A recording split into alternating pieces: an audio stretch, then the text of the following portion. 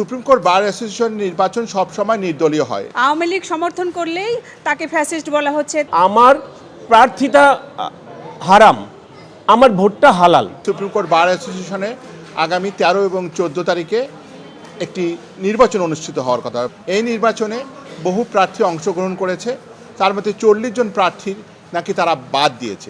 বাদ যে দিয়েছে তাও তারা বলেনি, তারা শুধু বলেছে যারা যারা ক্যান্ডিডেট তাদের ভ্যালিড মনে হয়েছে তাদের নাম তারা বলছে, কিন্তু কোনো স্পেসিফিক গ্রাউন্ড আমাদের বলেনি যে এই গ্রাউন্ডে আপনাদেরকে আমরা বাদ দিলাম।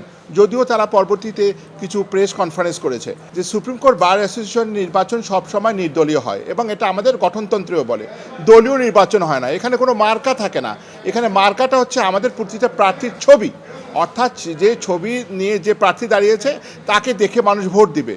সেখানে সুপ্রিম কোর্টের ইতিহাসের এই 70-75 বছরের ইতিহাসে এই প্রথম তারা একটি নিরপেক্ষ নির্বাচন না করে একদলীয় নির্বাচন করছে। আমি মনে করি যে অবস্থায় তারা চলে গেছে, নির্বাচন করে বারের সদস্যদের কোটি কোটি টাকা নষ্ট না করে, লক্ষ লক্ষ টাকা নষ্ট না করে তারা নিজেদের নাম ঘোষণা করে দিলেই পারে, যেহেতু তারা এখন ক্ষমতায় আছে। আমাকে এবার করতে দেয়া হলো না। I would have been the first candidate from the Christian community.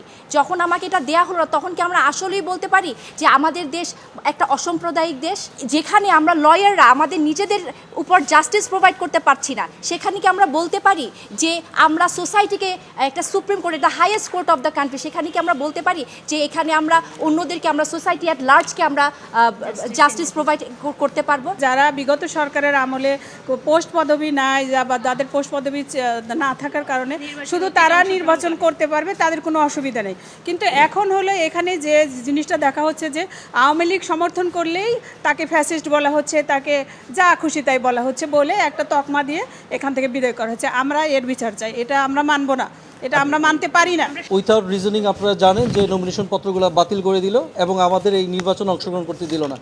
এটা যে শুধুমাত্র আমাদের, আমি বারবার অ্যাড্রেস করছি যে এটা সাংবিধানিক যে অধিকার ছিল সেই অধিকারটা তো ভায়োলেট হয়েছেই, আন্তর্জাতিক অঙ্গনে আমাদের ভাবমূর্তি নষ্ট হয়েছে। ইতিমধ্যেই ইউরোপীয় ইউনিয়নের সর্বোচ্চ সংগঠন আইনজীবীদের, তারাও কিন্তু বর্তমান মাননীয় প্রধানমন্ত্রী তারেক রহমান সাহেবকে কিন্তু চিঠিতে বলেছে যে বার অঙ্গনে, আইনজীবী অঙ্গনটাকে যেন পরিষ্কার পরিচ্ছন্ন রাখা হয়, এই নির্বাচন এবং প্র্যাকটিসটা যেন আইনজীবীরা স্বাভাবিকভাবে করতে পারে। আমার প্রার্থিতা হারাম, আমার ভোটটা হালাল, এটা কেমন কথা? আমি ভোট দিতে পারবো অথচ আমার প্রার্থিতা আপনি বাতিল করে দিচ্ছেন। তাহলে আমার ভোটটাও বাতিল করে দেন, আমার মেম্বারশিপও বাতিল করে দেন, আমরা যারা মেম্বার আছি তাদের মেম্বারশিপটাও বাতিল করে দেন। কোনো কারণ আপনি সরাসরি নিজের সাথে নিজে কন্ট্রাডিকশন তৈরি করছেন।